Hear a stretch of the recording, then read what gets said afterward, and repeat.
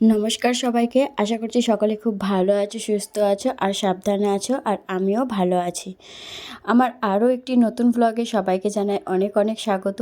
আর যারা আমার চ্যানেলটিকে সাবস্ক্রাইব করেছো, আমার ভিডিওটা দেখো, আমার ভিডিওটাতে লাইক করো, কমেন্ট করো, তাদের জন্য মন থেকে অসংখ্য ভালোবাসা রইল, কারণ ধন্যবাদ দিয়ে ছোট করব না। আর যারা এখনও করনি তো ঝটপট তারা আমার চ্যানেলটাকে সাবস্ক্রাইব করে নাও। তো চলো, এখানে সকালবেলা শুরু করে দিয়েছি বাসন মাজা। কারণ বাসন মাজে এই কারণেই, বাসন তো আমি রাতের বাসন রাতেই মেজে রাখি, কিন্তু ওই যেদিন ভালো লাগে না সেদিন এই সকালবেলাটাই করতে হয়। কারণ হচ্ছে কালকে গিয়েছিলাম ঘুরতে, তো অনেক হাঁটাহাঁটির পরে বাড়িতে এসে কিছু কাজ ছিল করেছিলাম, তারপরে প্রচণ্ড ক্লান্ত লাগছিল বলে আর করা হয়নি। তাই আজকে সকালবেলা ঘুমতে করতেও দেরি হয়ে গেছে, 6:30 বেজে গেছে। আর কালকে এতটাই ক্লান্ত লাগছিল, একটুখানি লিপস্টিক আর কাজল দিয়েছিলাম, সেটাও আর বাড়িতে এসে তুলিনি, ওরকমই মুখ টুক ধুয়ে শুয়ে পড়েছি। তো যাই হোক, এখানে বাসনগুলো ধোয়া হয়ে গেল, আর ওখানে হাঁড়িটা রাখলাম, পরে হচ্ছে রান্নার জল ভরবো বাসি নাইটিটা ছেড়ে নিয়ে। তো চলো, এখন এই যে বাথরুমে জল রাখবো বলে জল ভরছি। এই জলগুলোই টেনে টেনে বাথরুম পর্যন্ত নিয়ে যেতে হবে। তো এখন আর ওই বড় বালতি করে নিয়ে যেতে পারি না, যেহেতু বুকে ব্যথা করে, এটাও পারি না, কষ্ট হয়। তবুও কী করব, স্নান করব, নিয়ে তো যেতেই হবে। তো সেই মতো ওই জল নিয়ে চলে গেলাম। আবার মানে 2-4 বালতিতে হয় না, প্রায় 16 বালতি, এইরকম ছোটো বালতি 16 বালতি জল রাখলে তবে আমার পারফেক্ট জলটা রাখা হয়। তো চলো, যাই হোক, আমি ওখানে জলটা রেখে আবার আসলাম, আবার নেব। এরকমভাবে আমাকে 16 বার মানে 8 বার যেতে হয়, 16 বালতি জল লাগে। তো চলো, এখানে জলগুলো ভরে নিই, এরপরে উঠোন ঝাড় দেবো। আজকে এখনও উঠোন ঝাড় দিইনি, আগেই চলে এসেছিলাম, যেহেতু জল চলে এসেছিলো, তো 6:30 বেজে গেছিলো, ওই জন্য আগে বাসনগুলো মেজে নিলাম। এখন এই জলগুলো ভরে নিচ্ছি, এরপরে বাকি যেটুকু জল গামলাতে ভর্তি হবে, ভর্তি মানে যে পরিমাণে জলের স্পিড, সেটুকু ভর্তি হতে হতে আমার উঠোনটা ঝাড় দেওয়া হয়ে যাবে। তো চলো, এখানে গামলাটা ভরুক, আমি উঠোনটা ঝাড় দিয়ে আসি। এই যে উঠোনের বেশ কিছুটা ঝাড় দেওয়া হয়ে গেছে, তারপরেই চলে আসলাম উঠোনটা ঝাড় দিতে। আর পিছনেই দেখতে পাচ্ছ সূর্যমামা কীভাবে এখনই তাপ দেওয়া শুরু করেছে। প্রচণ্ড গরম পড়ছে এই কিছুদিন হলো, ভাদ্র মাসের গরম, গরম, এত বৃষ্টির পরেও এত গরম, মানে সহ্য করা যাচ্ছে না, এত গরম পড়ছে। তো যাই হোক, ভাদ্র মাসের গরম একটু রোদ্দুরটা একটু প্রখরই হয়। তো চলো, এখানে সূর্যমামার কাজ করছে আর আমিও আমার কাজ করছি। চলো টাটা, আগে উঠোনটা ঝাড় দিয়ে নিই, তারপরে আবার তোমাদের সাথে দেখা হবে। টাটা।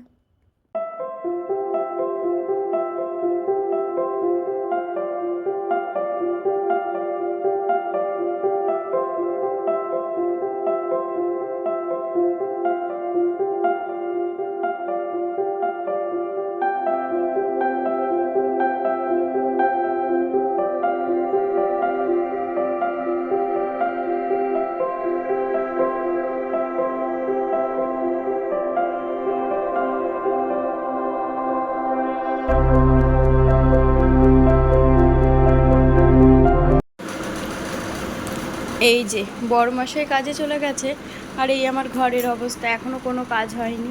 চলো, এগুলো এখন গোছাবো, কোনো কাজ হয়নি, টেবিলটাও পরিষ্কার করতে হবে। সাথে এই যে কালকে এই র্যাকটা ধুয়ে রেখেছিলাম, আর ওখানে ওই যে বাসনগুলো উপর দেওয়া হয়েছে, কালকে রাতে অনেক রাত হয়ে গেছিলো বাড়ি আসতে, ওই জন্য আর হয়ে ওঠেনি। আর এই যে এই বাসনগুলো সকালে মেজেছি, এগুলো এখন গোছাবো। সাথে এখানেও অনেক বাসন আছে, এগুলোও গোছাবো। পুরো রান্নাঘরটা বাসনে ভরে গেছে, এগুলো যতক্ষণ আমি এখানে গুছিয়ে রাখতে পারছি আমার শান্তি হচ্ছে না। চলো এবার কাজ করি। আর আজকে সেরকমও জল পাওয়া যায়নি, তো কাচাকুচি কমপ্লিট হয়নি, মানে কমপ্লিট মানে কি, কাচাকুচি হয়নি। এখন কাচাকুচি বেলাতে করব, এখন শুধু ঘরগুলো ঝাড় দেবো, দিয়ে এই ঘরটা গোছাবো, সাথে আমার ঘরের বেড কভারগুলোও লাগাবো, কিন্তু সেটা পরে, আগে এই বালিশগুলো একটু রোদে দেবো। চলো তাহলে তাড়াতাড়ি করে কাজগুলো করে নিই। টাটা। তোমাদেরকে দেখালাম আমার ঘরের কি অবস্থা হয়ে রয়েছে। তো বিছানা চাদরগুলো তুলে রেখেছি, ওগুলো দুপুরবেলা কাচবো, এখন আর কাচিনি, জল পাইনি বলে। তো যাই হোক, ঘর বারান্দা ঝাড় দিয়ে নিয়েছি ভালো করে, এখন চলে এসেছি ঘরগুলো মুছতে। এখন তো ওই যে আগেই বলেছি রোজ ঘর মুছি না, এখন এই ঠাকুমার ঘরটা মুছবো, আমার ঘরটা মুছবো, আর রান্নার পরে রান্নার ঘরটা মুছবো। তারপরে একটু ভাসুরের ঘরটাও মুছে নেবো, একটু ওর ঘরটা দেখলাম নোংরা নোংরা হয়েছে, ওর ঘরটাও একটু মুছে নেবো। তো কাকুমনির ঘরে তো সারাদিন কেউ থাকে না, যেহেতু ভাসুরের ঘরে আমাদের টুকিটাকি যাওয়া পড়ে, তো সেই জন্য ভাসুরের ঘরটা মুছবো, কারণ ওই ঘরে ফ্রিজ আছে, আমি তো টুকিটাকি সারাদিনই যেতে থাকি, ফ্রিজে কাজ করতে হয়। তো ওখানে ঠাকুমার ঘরটা মুছে নিয়ে এখানে চলে এসেছি আমার ঘরটা মুছতে। এখন আমার ঘরটা মোছা হয়ে গেলে এখন যাব রান্না বসাতে, কারণ ঘরগুলো বারান্দাগুলো ভালো করে মুছে নিয়েই রান্নাঘরে যেতে হবে। অনেকটা বেলা হয়ে গেছে, রান্না করে নেব। তারপর আবার মা আসবে আজকে। মা আসবে একটা কারণেই, কালকে ছোট্ট একটা ভুলের জন্য মাকে আজকে আবার ঘুরে আমার বাড়িতে আসতে হচ্ছে। কারণ কাল যে বললাম যে প্রসাদ এনেছিলাম, যে ব্যাগটা করে প্রসাদ এনেছিলাম, ওই ব্যাগটা হলো আমার মায়ের। ওই ব্যাগের মধ্যে মায়ের ফোনের চার্জারটা ছিল। এবার মা তো আজকে খর্দা চলে যাবে, ফোনের চার্জারটা না নিয়ে গেলে সারা সপ্তাহ কীভাবে চার্জ দেবে বলো? সেই জন্য মা আজকে ওই ফোনে চার্জারটা নিতে আসার জন্য দুপুরবেলা আসবে। আর ওই যে আমাদের পুচকির অন্নপ্রাশন হয়েছিল, সেই অন্নপ্রাশনে যেহেতু আমরা আসিনি, তো ওকেও একটা গিফট একেবারে দিয়ে যাবে। তো ওখানে ঘরটার মুছে বাসনগুলো নিয়ে বসে গেলাম, এখানে বাসনগুলো গুছিয়ে রাখবো, তারপরে যাব রান্নাঘরে। এই যে আজকের রান্না বান্না এখন হচ্ছে, এটা হচ্ছে পেঁয়াজি করছি, আর এখানে আলু ভেজেছি, আর এখানে কলা ভেজেছি, আর কিছুটা থোড় ভাজা কালকের আছে, তো ওটা দিয়ে এগুলো দিয়ে হয়ে যাবে। সাথে এই যে টমেটো কেটে রেখেছি আর লঙ্কা, এটা দিয়ে টমেটো ডাল করব। চলো আগে এইটা করে নিই, ভাজাটা করে নিয়ে তারপরে ডাল করব, লাস্টে ভাত বসাবো। রান্নাবান্না প্রায় শেষের দিকেই, এখন ডাল হচ্ছে, ডালটা হয়ে গেলেই রান্না হয়ে যাবে। আর এখানে চলে এসেছি, এই যে বালিশগুলো রোদে দিয়েছিলাম সেগুলোই, এখনও ওয়ার লাগানো হয়নি। বালিশগুলো ওয়ার লাগাইনি বলে এখনও বেড কভারটাও পাতা হয়নি। তো বালিশগুলো একেবারে রৌদ্র গরম, একদম টাটকা গরম, সেইটাই নিয়ে চলে আসলাম, চেয়ারটার উপরে দিয়েছিলাম। তারপরে কাজ করতে করতেই দেখলাম মা চলে আসলো। মা আসার পরে এই যে মা এনেছে বিস্কুট এনেছে একটা, আর রুটির প্যাকেট এনেছে, সাথে ওই যে বললাম আমাদের পুচকুটাকে একটা গিফট দেবে, তার জন্য একটা কাঁসার থালা নিয়ে এসছে। তো মা এসেই আগে নিজের চার্জারটা নিয়ে নিয়েছে, সেটা আর আমার ভিডিও করা হয়নি, উনি আগেই মানে বড় কাজটা সেরে নিয়েছে। তো চলো এখন মা তো এমনিতেও একবার ভাত খায়, তো আমাদের বাড়িতে এমনিতেও মা এখন খাবে না, তো চলো দেখি কি খেতে দেওয়া যায়। এই যে তোমাদেরকে আগে একটা ব্লগে বলেছিলাম মায়ের বাড়িতে অনেকগুলো শাড়ি আছে, প্রায় 5-6টা। এই যে সেই শাড়িগুলো মা নিয়ে এসছে আজকে, যেহেতু মা এসছিল এই 6টা শাড়ি ছিল। তো এখন এগুলো ব্যাগেই থাক, আর এগুলো সন্ধ্যাবেলা গোছাবো, এখন গোছাবো। এই যে এখন প্রায় বিকেল 4টে মতো বাজে। আজকে মা এসেছিলো, মায়ের সাথে একটুও কথা বলতে পারিনি, কারণ মা যখন এসেছিলো তখন আমার কোনো কাজ হয়নি, সবে রান্না সেরে উঠেছিলাম, বাসন মাজা জামা কাপড় কাচা সব পড়েছিল। আর যেহেতু মায়ের সাথে গল্প করতে গেলে জল পাবো না, তাই মায়ের সাথে আর গল্প করা হয়নি। মা আবার আমার বাড়িতেও বেশিক্ষণ ছিল না, মা আমাদের বাড়িতে এসে কিছুক্ষণ বসার পরেই চলে গেছিলো আমার কাকি শাশুড়ি বাড়ি, জেঠি শাশুড়ি বাড়ি গল্প করতে। জেঠিমাদের বাড়িতে যেহেতু পুচকুর গিফটটা দিতে গেছিলো, তো ওখানেই গল্প টল্প করে ওখানেই অল্প দুটো ভাত খেয়ে মা চলে এসেছিলো। যেহেতু জেঠিমারা মানে মাকে একদম নাছোড়বান্দা, ভাত খেয়ে যেতেই হবে, ছাড়েনি। তো মা এমনিতেও দুপুরবেলা ভাত খেতে চায় না, সকালবেলা যেহেতু খেয়ে এসেছিলো, তো মা আর আমাদের বাড়িতে কিছুই খায়নি। তো যাই হোক সকালবেলা এই যে দুপুরবেলা যে বাসনগুলো মেজে রেখেছিলাম সেগুলো আর উপর দেওয়া হয়েছিল না। এখন এই খাওয়া দাওয়া সেরে এখন শুতে যাব, তার আগে মনে পড়লো আমি দুপুরের বাসনগুলো উপর দিইনি। তো এখন এই বাসনগুলো নিয়ে বসে পড়লাম, এখন এই বাসনগুলো উপর দিয়ে একটু রেস্ট নেব, শরীরটাও ভালো লাগছে না আজকে, না অনেকগুলো জামা কাপড় কেচেছি, জামা কাপড় বলতে বিছানা চাদর টাদর সব কেচেছি, তো শরীরটা আর ভালো লাগছে না। তো চলো এখানে বাসনগুলো উপর দিই, আবার তোমাদের সাথে দেখা হবে সন্ধ্যেবেলা। টাটা।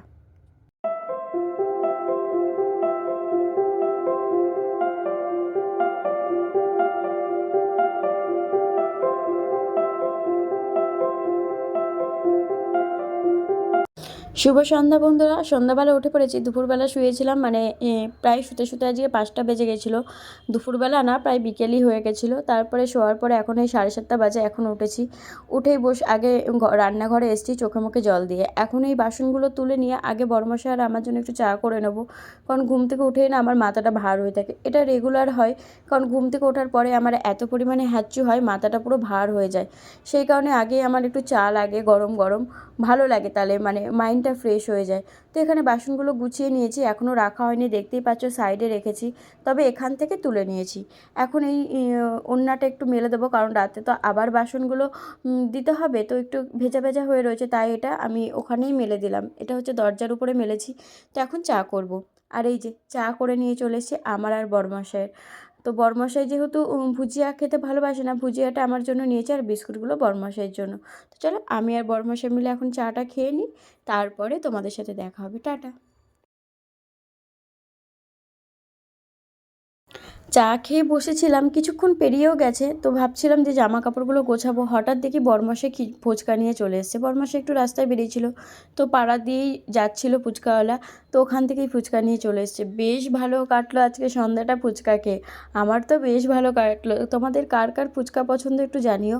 যেহেতু ওষুধ খাই সেহেতু এখন তো রোজ ফুচকা খেতে পারি না, তো মাঝে মাঝে এইসব জিনিসগুলো আনলে না বেশ মজা পাই।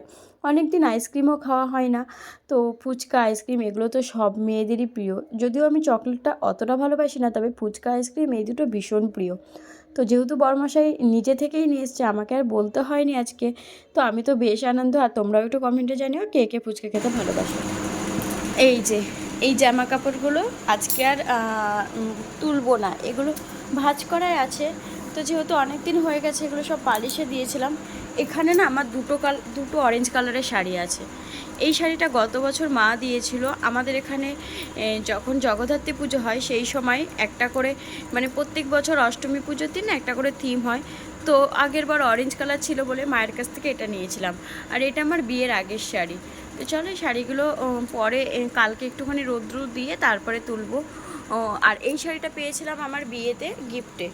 সুন্দর শাড়িটা, খুব সুন্দর, কালারটাও খুব সুন্দর, বটল গ্রিন। আর এখানে আছে কতগুলো জামা কাপড় যেগুলো এখন গোছাবো, সাথে ভাত বসাবো।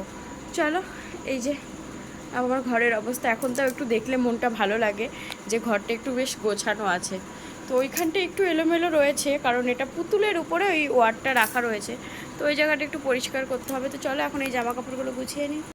আমাদের ঘরে বেশি জামা কাপড় ছিল না, ওগুলো টুকিটাকি যা ছিল আমি গুছিয়ে নিয়েছি, কারণ আজকে সব তো শুকায়নি, বেলা করে কেচেছিলাম বলে সব শুকায়নি। সব এই আমার ভাসুরের ঘরে আর ঠাকুমা শাশুড়ির ঘরে মেলা আছে, শুধু চাদরগুলো শুকিয়েছে। তো এই যে জামা কাপড়গুলো গোছাচ্ছি এগুলো আমার ভাসুরের। আমার ভাসুর কালকে আমি কেচেছিলাম এগুলো, তো ওগুলো শুকিয়ে গেছিলো, তো ভাবলাম এগুলো গুছিয়ে রাখি। আবার তো সামনের সপ্তাহে আসবে, নিয়ে যাবে।